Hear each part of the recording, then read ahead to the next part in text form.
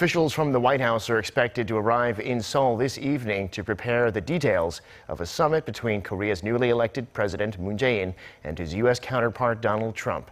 We now connect to our Hwang Hojun on the phone with the details. Hojun, when can we expect the delegates to arrive? Actually, in less than half an hour, Devin. After attending the two-day Belt and Road Initiative Forum in Beijing, this high-level advisory delegation from the U.S.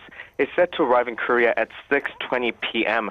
They're led by Senior Director for East Asia at the National Security Council, Matt Pottinger, and Allison, the Director for Korea at the NSC.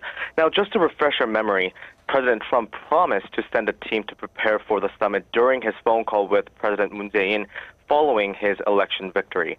While it's not confirmed whether they will be able to meet President Moon Jae-in during their visit, they will sit down with top officials, including Chung Eui-yong, a former South Korean ambassador to Geneva, who currently leads the Presidential Office of Security and Diplomatic Task Force, and Deputy Foreign Minister Lee Jung-gyu. Now, the team is visiting during a pretty hectic time. President Moon was sworn into office last Wednesday, and just 4 days later, which was yesterday, Pyongyang launched a missile for the 7th time in this year. They are expected to settle on an exact date for the summit during their visit. Diplomatic sources in Seoul say it could take place at the White House in June, as both leaders agreed to meet as soon as possible. But considering it could be longer than that before President Moon has his cabinet in place, there's also the possibility the two could meet for the first time on the sidelines of the G20 summit in Hamburg, Germany, in early July. Along with the date, the agenda for the summit is also likely to be set.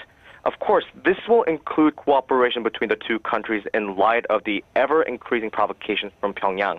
But experts believe the hot potato, the THAAD issue, will also be on the table, since President Trump has said Seoul needs to pay $1 billion for the THAAD, a cost existing agreements say South Korea is not responsible for.